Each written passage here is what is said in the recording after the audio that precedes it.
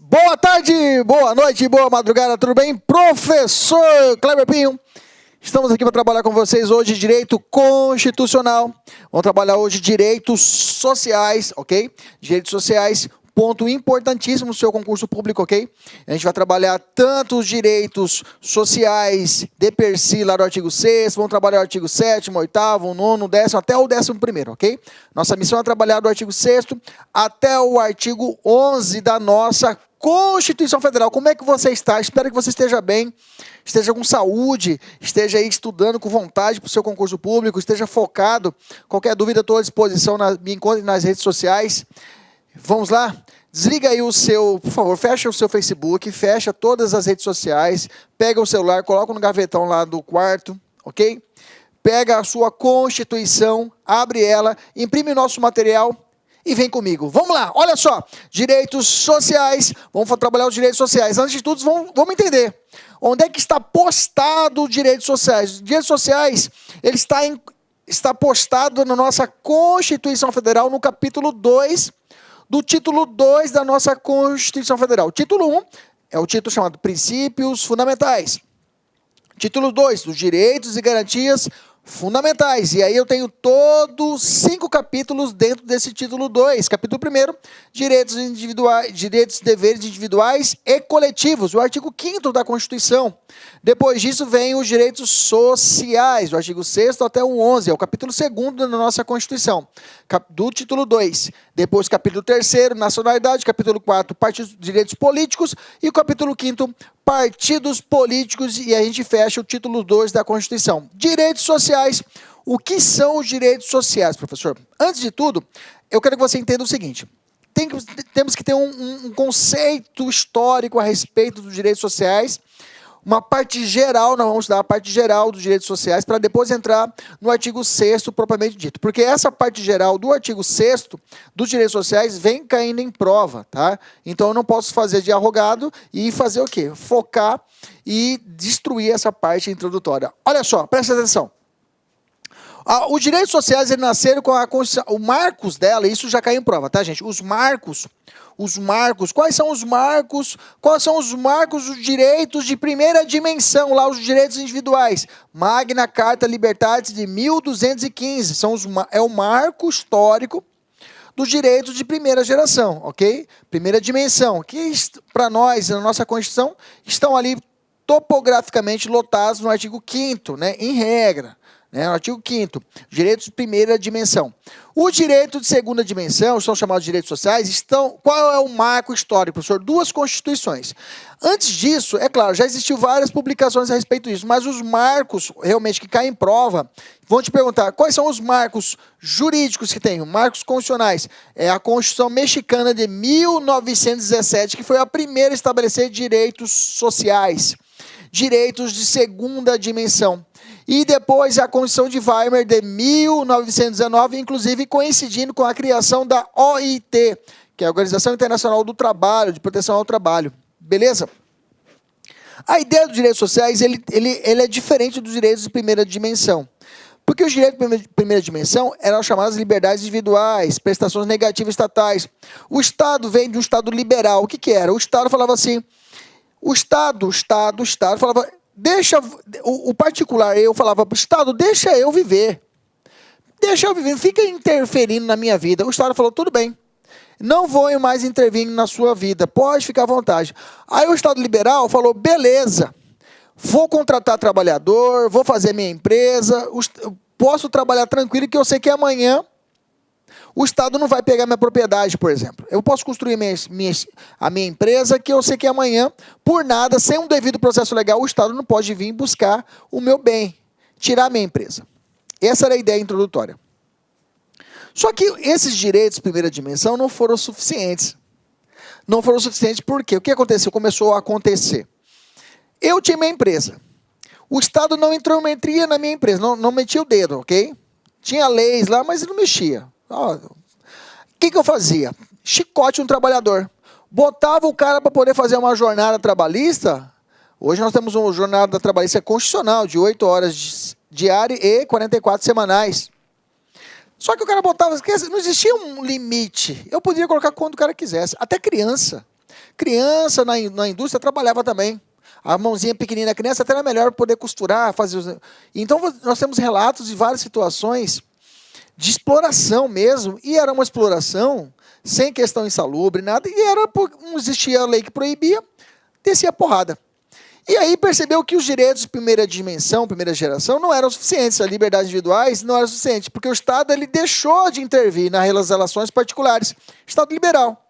Só que eles falaram, não, aí os trabalhadores começaram a se associar, né, começou o direito do trabalho, mesmo começou com o direito coletivo, para depois ir para o direito individual, começou a associar, falou assim, não, peraí, gente, vamos ver esse negócio aí, tá errado, vamos fazer aqui, vamos fazer greve, e aí vinha, a greve era combatida, não podia fazer greve, o associativismo era combatido, até que esses direitos, digamos assim, trabalhistas, começaram a exteriorizar.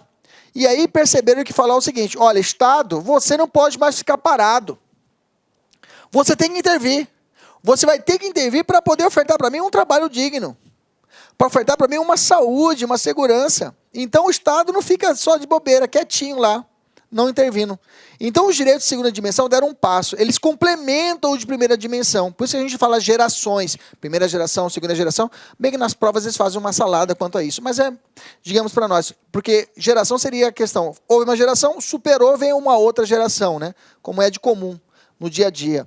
Mas por isso que o termo correto é dimensão, porque uma dimensão vai complementando a outra. A primeira dimensão foi complementada, a segunda dimensão foi complementada pela primeira que já existia. Então, os marcos históricos foi a Constituição Mexicana. Agora você começou a entender, né? Por que a Constituição Mexicana? Porque foi a primeira a estabelecer direitos sociais, direitos trabalhistas em uma Constituição Federal. Ok? Depois disso, teve a Constituição de Weimar, de 1919. Ok? A nossa Constituição, a primeira Constituição nossa só veio a tratar de direitos sociais, direitos de segunda dimensão, inclusive direitos trabalhistas, que é uma espécie desse gênero chamado direitos sociais, foi a nossa Constituição Federal de 1934. Getúlio Vargas, não estou falando do Estado Novo, a de 37, estou falando de 34, ok? A 34 ali, ela foi uma Constituição democrática, nesse caso ela trouxe direitos trabalhistas, trouxe a possibilidade do emprego, ok? Proteção ao trabalho, bacana? A de 34 inaugurou, pela primeira vez, incluindo os direitos sociais no seu texto constitucional, ok? A nossa de 88, diferente das anteriores, consagra de forma expressa amplo catálogo de direitos sociais, da história do constitucionalismo, incluindo os direitos trabalhistas em capítulo próprio. O que ela fez? Ela criou vários de proteção trabalhista.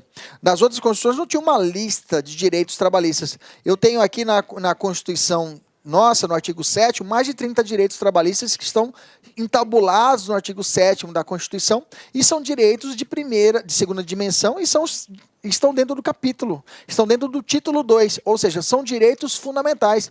Nem com cláusula pétrea eu posso mudar são cláusulas pétreas e nem por emenda constitucional elas podem ser alteradas, não podem ser abolidas, podem ser melhoradas, abolidas jamais, ok?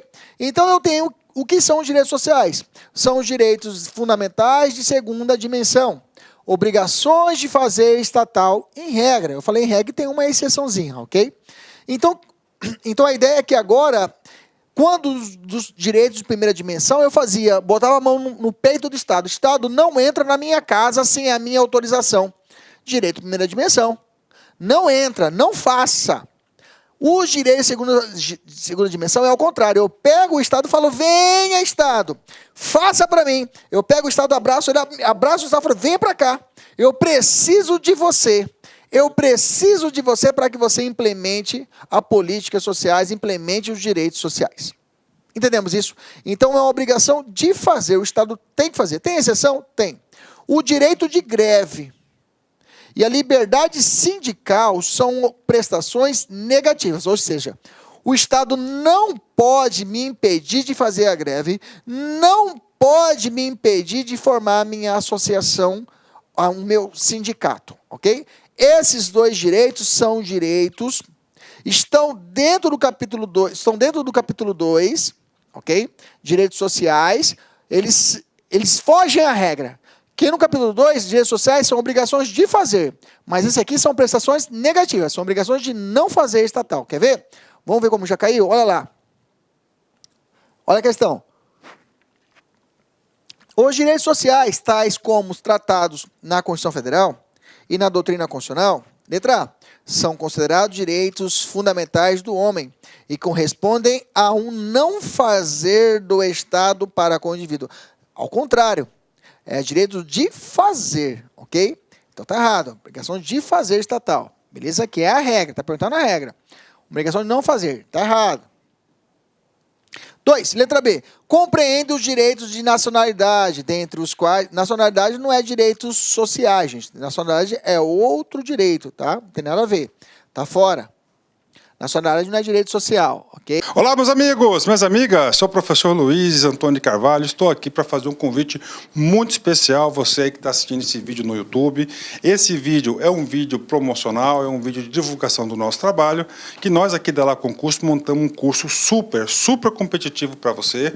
Um curso que eu tenho certeza absoluta que, se você cumprir as nossas orientações pedagógicas, e principalmente você cumprir seu dever de casa, você cumprir o personal coach, que é a nossa ferramenta pedagógica, eu tenho certeza que você ficará super competitivo. O nosso curso online é super competitivo para a GPEM 2019, 120 dias de prazo de acesso.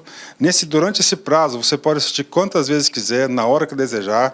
Toda a aula acompanha um material PDF por apenas 10 parcelas de R$30. É isso mesmo, R$1 por dia você terá a chance aí de ser aprovado no concurso. Ó, papo reto, melhor custo-benefício do mercado. Meus amigos, minhas amigas, interessou? Clique aqui embaixo, tem um link, espero vocês. Tchau. Clique lá.